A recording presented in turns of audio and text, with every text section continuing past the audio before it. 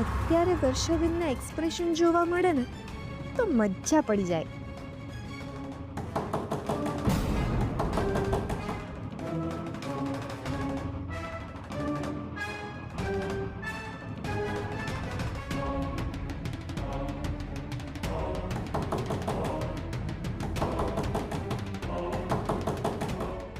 વર્ષા, ઓ વર્ષા, અરે દરવાજો ખોલ ને. અરે બેરી થઈ ગઈ છે કે શું? મારો અવાજ નથી ઓળખાતો તને?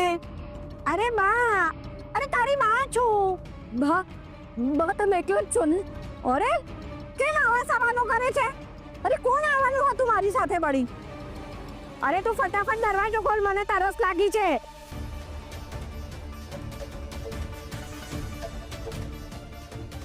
વર્ષા, વર્ષા, વર્ષા, અરે વર્ષા શું થયું છે તને? કેમ આમ કરે છે તું? બસ તમને ખબર છે આદિના પપ્પા અહીંયા ઘરે આવ્યા હતા. અરે ધનંજય અહીંયા શા માટે આવે? વર્ષા, તને તો હવે દિવસના અજવાળામાં સપના દેખાવા મળે છે કે શું? બા, બા પ્લીઝ, બા પ્લીઝ મારી વાત તો સાંભળો. હું ખોટું નથી કરી. બા પ્લીઝ મારી વાત તો વિશ્વાસ કરો. મને પહેલા પાણી આપ ફટાફટ. હા આપું છું. અરે જલ્દી કર. હા બા આપું છું. બા પણ પ્લીઝ તમે મારી વાતનો વિશ્વાસ કરો. અરે મને પહેલા તરસ લાગી છે. બા, કિયારા, કિયારા પ્લીઝ, પ્લીઝ મારી વાતનો વિશ્વાસ કર ને. મને બહુ ડર લાગે છે. પ્લીઝ મને બચાવી લેને પેલા માણસથી. પ્લીઝ કિયારા.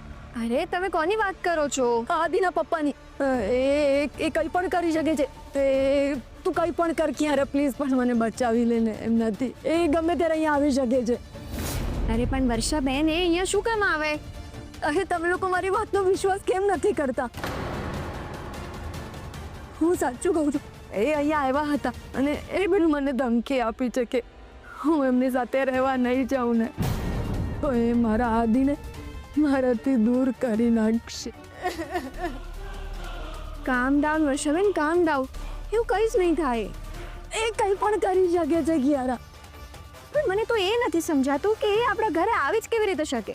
તો તને લાગે છે હું ખોટું બોલું છું? વર્ષા, શું સવારથી એકની એક વાત કરે છે તું? એક મિનિટ બા, એક મિનિટ. Security, security. જી મેડમ. આપણા ઘરમાં કોઈ અજાણ્યો વ્યક્તિ આવ્યો હતો? ના તો અહીંયા તો એવું કોઈ આવ્યું જ નથી. ઓ ભાઈ, તમે શું વાત કરો છો? તમે એક માણસને જોયા હતા ને, જે ઊંચા હતા, પાતળા હતા, લાંબી મૂછોવાળા હતા? ના મેડમ, મેં તો એવું કોઈ માણસને જોયા જ નથી. અરે ભાઈ, એ હમણાં તો દરવાજો ખખડાવી રહ્યા હતા. શું વાત કરો છો મેડમ? પણ મેં તો એવો કોઈ અવાજ સાંભળ્યો જ નથી ને.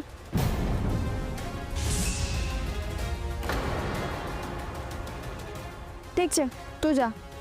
જી મેડમ. વર્ષાબેન, આપણા મનનો જે ડર જ્યારે આપણી પર હાવી થઈ જાય ને ત્યારે બધું જ આપણને આપણી આંખો સામે દેખાય. આ તો મારું વહેમ છે. કિયારા, મારું વહેમ નથી. હું સાચું કહું છું. એ ઘરમાં આવ્યા હતા અને એમણે પાણી પણ પીધું અને એમણે મને ધમકી પણ આપી છે બા. અરે વર્ષા, મને તો એવું લાગી રહ્યું છે ને કે તારે મગજની દવા કરાવવાની જરૂર છે. બા તમે પણ. બસ એ બેટા, તું બહારથી આવી છે ને થાકીને આવી હોઈશ. ચાલ જા, જઈને આરામ કર રૂમમાં. અને હમણાં જમવાનું તૈયાર થાય ને એટલે હું તને બોલાવું છું. હા હા ઓકે, હું જાઉં છું. તમે જમવાનું બને એટલે મને બોલાવો. અને વર્ષા, હવે મારી સામે જોઈને શું ઊભી છે? તું જા હવે રસોડામાં અને ફટાફટ કામે લાગ. બા,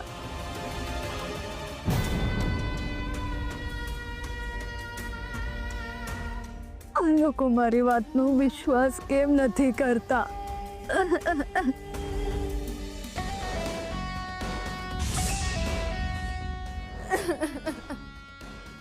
યાર, હંમેશા પહેલી વાર વોર્નિંગ આપે છે અને બીજી વાર સીધી એક્શન લે છે. તમે મારી વોર્નિંગ ઇગ્નોર કરી છે એટલે હવે તમારે મારી એક્શનના રિએક્શન સહન કરવા પડશે. તમારો વિચાર તો સારો છે. હું મારાથી બનતા બધા જ પ્રયત્નો કરીશ. રશ્મિ, જોયું ને મેં તને શું કહ્યું હતું કે મીતા આપણી વાત સાથે સહમત જ હશે. હા રાધાના પપ્પા, મને તો ખાતરી જ હતી કે મિતા આપણી મદદ જરૂરથી કરશે. ભાભી સોરી, પણ મને તમારી એક વાત ના ગમી. કઈ વાત? ભાઈ, તમારા લોકોના મનમાં કંઈ વિચાર આવે છે ને તો મને ઓર્ડર આપવાનો હોય, પૂછવાનો કે કહેવાનું ના હોય. બરાબર છે મિતા, પણ આ તો ના ભાઈ, પણ મને આ ન ગમ્યું. તમે મને એમ કહો કે મેં આજ સુધી તમને લોકોને કોઈ વાત માટે ના પાડી છે? ના. ના મિતા, પણ ભાભી, મેં તમને ના પાડી છે? ના. બસ તો પછી અરે મને કંઈ પૂછવાનું કે કહેવાનું ના હોય, સીધો ઓર્ડર જ કરી દેવાનો હોય. ઠીક છે, આજ પછી એવું જ કરીશ. બસ. Thank you Mita. શું ભાઈ, તમે મને હજી પારકી માનો છો? શું હું રાધાની કઈ નથી લાગતી? રાધાના પરિવારની ફઈ તરીકે મારી કોઈ જવાબદારી નથી. પણ હા, આજ પછી તમે લોકો આવું કંઈ વિચાર્યું ને કે બોલ્યા છો ને તો હું સાચે રીસાઈ જઈશ. સારું, હવેથી આવું નહીં કહીએ. બસ. હા, બસ. મિતા, તને તો ખબર છે ને, ઉર્મિલાબેને કિયારાને પાવર ઓફ એટર્નીઝ આપ્યા છે. હા ભાઈ, હું જાણું છું ને. બસ તો હવે એના પાવર ઓફ એટર્નીઝને આપણે કોર્ટમાં ચેલેન્જ કરવાના છીએ. આપણે કોર્ટમાં એટલું જ પ્રૂવ કરવાનું છે કે કિયારા એના પાવર્સનો મિસયુઝ એટલે કે દુરુપયોગ કરી રહી છે. તો કોર્ટ એને કેન્સલ કરી શકે. ભાઈ, તમને કેવી રીતે ખબર પડી? મિતા, તારા ભાઈ આજકાલ લોની બુક સ્ટડી કરી રહ્યા છે અને જઈને જજ સાહેબને પણ મળી આવ્યા. એટલે એ જજની કોર્ટમાં જ આપણો કેસ જશે? ના ના, એ જજ સાહેબ તો રિટાયર્ડ થઈ ગયા, પણ મારા બહુ સારા મિત્ર છે એટલે મેં એમની સલાહ લીધી છે. ઓહ અચ્છા, એનો મતલબ એ કે હવે આપણે એક સારો વકીલ શોધવાનો છે એમ ને? વકીલ તો એ લોકો શોધી રહ્યા છે, આપણે તો ફક્ત એમના બિઝનેસમાં એમને મદદ કરવાની છે. ભાઈ, તમે જરાય ચિંતા ના કરો, હું એમને કિચનમાં તો હેલ્પ કરીશ જ, પણ એમનો આ બિઝનેસ આગળ વધારવા માટે પણ મારા બનતા બધા જ પ્રયત્નો કરીશ. પરફેક્ટ. તો પછી આપણે લોકો એ લોકોની મદદના કામે લાગી જઈએ. ચાલો. હા, ચાલો.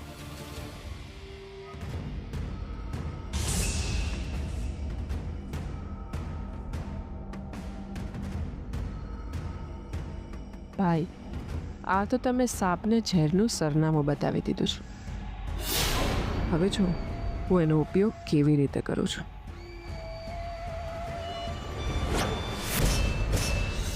ક્રિશ, બેટા, હવે જ્યારે આપણું બધું જ નક્કી છે તો આપણે શુભ શરૂઆત શરૂ કરીએ. મમ્મી, પહેલાં હું પોલીસ સ્ટેશન જઈને બાઇક છોડાવી લાવું છું, પછી એડવોકેટને મળીને આવીશ. મારે પણ પબ્લિસિટી વાળાને ફેસ ટુ ફેસ મળવા જવું જ પડશે. એના રેટ મારે ઓછા કરાવવા પડશે. ઠીક છે બેટા, તું જઈ આવ. અને જ્યાં સુધી ક્રિશ સામાન લઈને આવે છે ત્યાં સુધીમાં હું અને નીલા કિચન સરખું કરી દઈએ. ડન.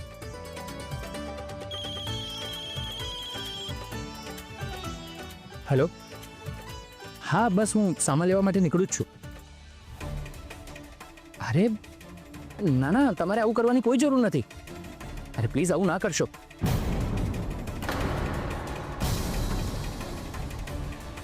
સર પ્લીઝ મારી વાત તો સાંભળો. ના, હેલો હેલો, અરે પણ મારી વાત તો સાંભળો. સર, તમારે મારા માટે આટલું બધું કરવાની કોઈ જરૂર નથી. પ્લીઝ પ્લીઝ, તમે આટલી તકલીફ ના ઉઠાવશો. ઠીક છે, પણ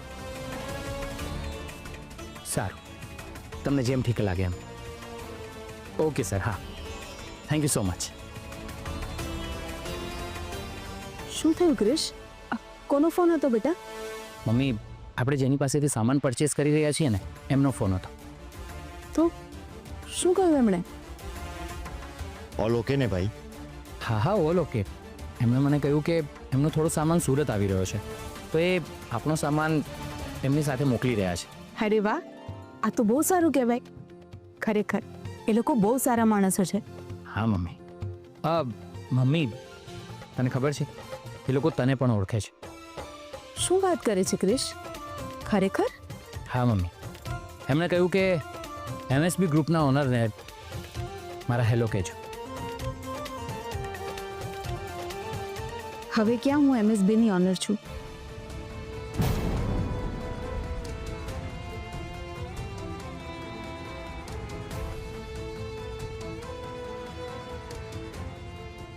મમ્મી તે ખાલી પાવર આપ્યા છે, માલિકી નહીં.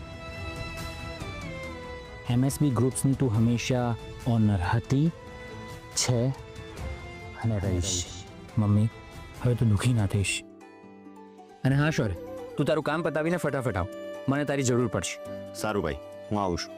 હા, મારે પણ નીકળવું પડશે. મમ્મી હવે આપણે સામાન લેવા માટે દમણ જવાની જરૂર નથી, તો આપણે એક કામ પતાવી દઈએ. હા.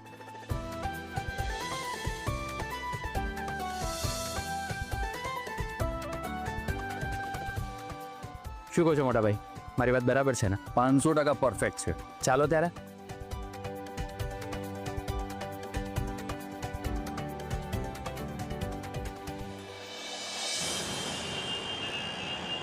એકવાર મેં તમને સમજાવ્યા હતા કે મારી પાછળ આવવાની ભૂલ જરાય ના કરતા, પણ તમને તો બહુ શોખ હતો ને ડિટેક્ટિવ બનવાનો. વાંધો નહીં, હવે તમારા બધા જ શોખ હું પૂરા કરીશ વર્ષાબેન. મારી વાતો મારા દુશ્મન સુધી પહોંચાડો છો ને? હવે જુઓ હું શું કરું છું. હા બોલ ફિયા. હાય કિયુ બેબી. યુ નો વોટ, મારા ભાઈએ એક મને મસ્ત ઇમ્પોર્ટન્ટ કામ સોંપ્યું છે. શું? આરતી વતી મારે ક્રિશ અને એના પરિવારની હેલ્પ કરવાની છે. વાય? બીકોઝ ક્રિશ અને એનો પરિવાર સ્વાભિમાની ટોપી પહેરીને ફરે છે, એટલે રશ્મિ અને રાજેશની હેલ્પ લેવા નથી માંગતા, એટલે એમની હેલ્પ મારે કરવી પડશે ને. શેનું સ્વાભિમાન? અરે આખું ઘર ત્યાં ઘર જમાઈની જેમ પડ્યું છે, ત્યારે એમને સ્વાભિમાન યાદ નથી આવતું? જે થાય છે ને એ સારા માટે જ થાય છે. આપણને સામેથી ચાન્સ મળ્યો છે તો એનો ફાયદો ઉપાડવાનો છે. એમાં મારો શું ફાયદો ફિયા? તારો ફાયદો એ છે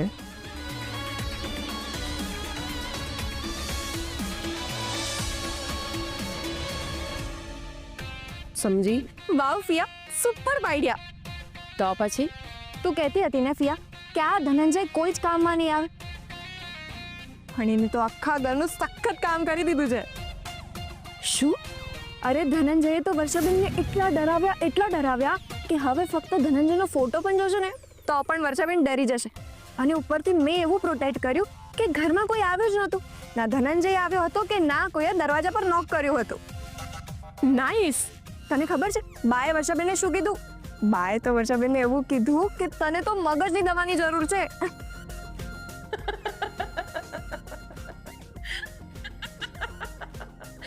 નાઈસ ટ્રક. પણ કિયારા, મને એ તો કે આ ધનંજય વર્ષાને શું કહીને ગયો? અરે ધનંજયે તો વર્ષાબેનને એવી ધમકી આપી છે કે હવે તો વર્ષાબેને અને આદિ એની પાસે જવું જ પડશે. હા આમ પણ એ તારા ઘરમાંથી જાય ને તો સારું, ખાલી જગ્યા રોકે છે. ના ફિયા, એ મારા ઘરમાં જગ્યા નથી રોકતી, એ તો મારા માટે વજીર છે, વજીર. હું ગમે ત્યારે એનો ઉપયોગ કરી મારું કામ કરાવી શકું છું.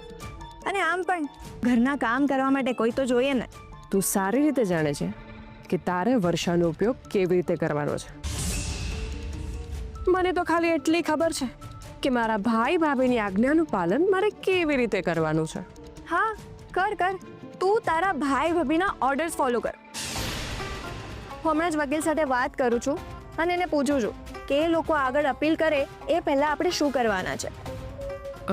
સારું, તું વાત કરી લે, હું પછી ફોન કરું છું.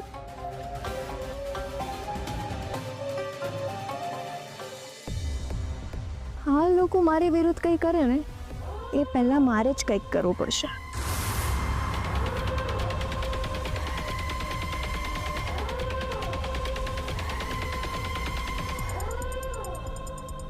હેલો વકીલ સાહેબ, લિસન મી કેરફુલી.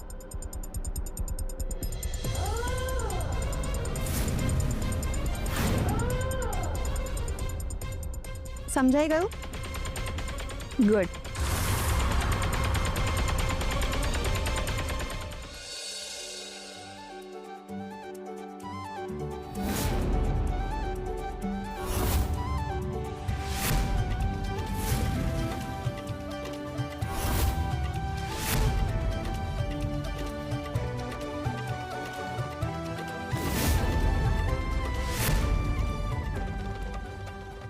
ક્રિશ, તે સરસ આઈડિયા લગાવ્યો. તો ચાલો શરૂ કરીએ. ચાલો.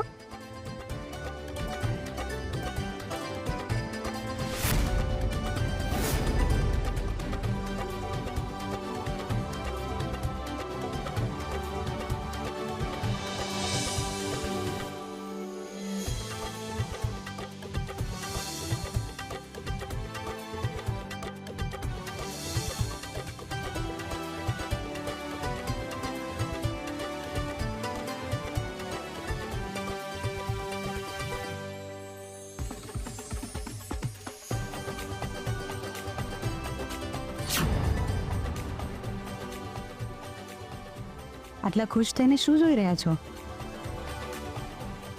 એ જ રશ્મિ કે જ્યારે આખો પરિવાર સાથે હોય ને ત્યારે ગમે એટલા મોટા દુઃખને હટાવી શકાય છે. આ લોકોનો સમ ખરેખર હિમાલય જેવડો મોટો છે, એને કોઈ તોડી નહીં શકે. હા, તમારી વાત સાચી છે. ઝાડના મૂળિયા સ્ટ્રોંગ હોય ને તો એની શાખાઓને તોડવી સહેલી નથી હોતી. તો તું ઉર્મિલાબેનની વાત કરે છે ને? એકદમ બરાબર સમજ્યા.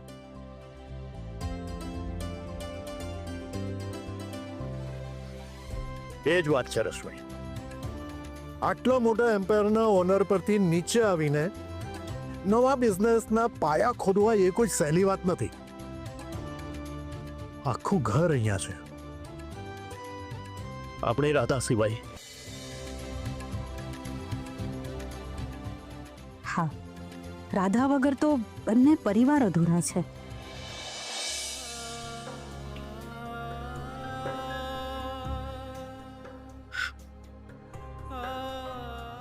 ક્યારે આવશે મારી દીકરી? અરે, તમે તો ઇમોશનલ થઈ ગયા. જુઓ, આજે ક્રિશ માટે ખૂબ જ અગત્યનો દિવસ છે. આજે એમનો નવો બિઝનેસ શરૂ કરવા જઈ રહ્યા છે. આપણે ક્રિશને સપોર્ટ કરવાનો છે. પ્લીઝ દુઃખી નહીં થાવ. ને તમને રાધાએ આપેલું વચન યાદ છે ને?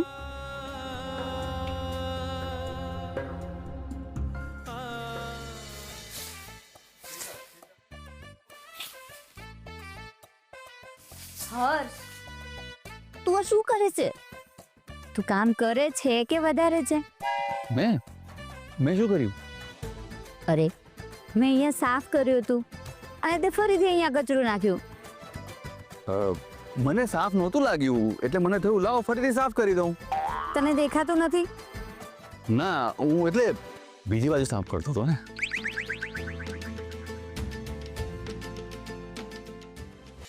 બસ બસ, હવે બંને જણા લડવાનું બંધ કરો અને ચલો સાથે મળીને જગ્યાને સાફ કરો.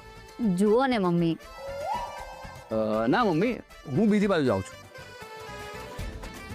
અહીંયા નીલા સાફ કરશે.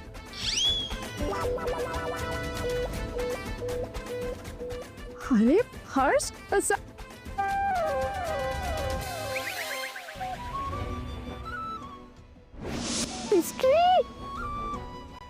શું કરે છે મિસ્ટ્રી? તું જોઈને કામ નથી કરી શકતો?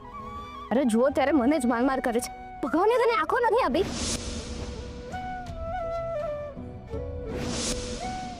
લે હે, ના ના, અરે ખા ખા ખા ખા ખા.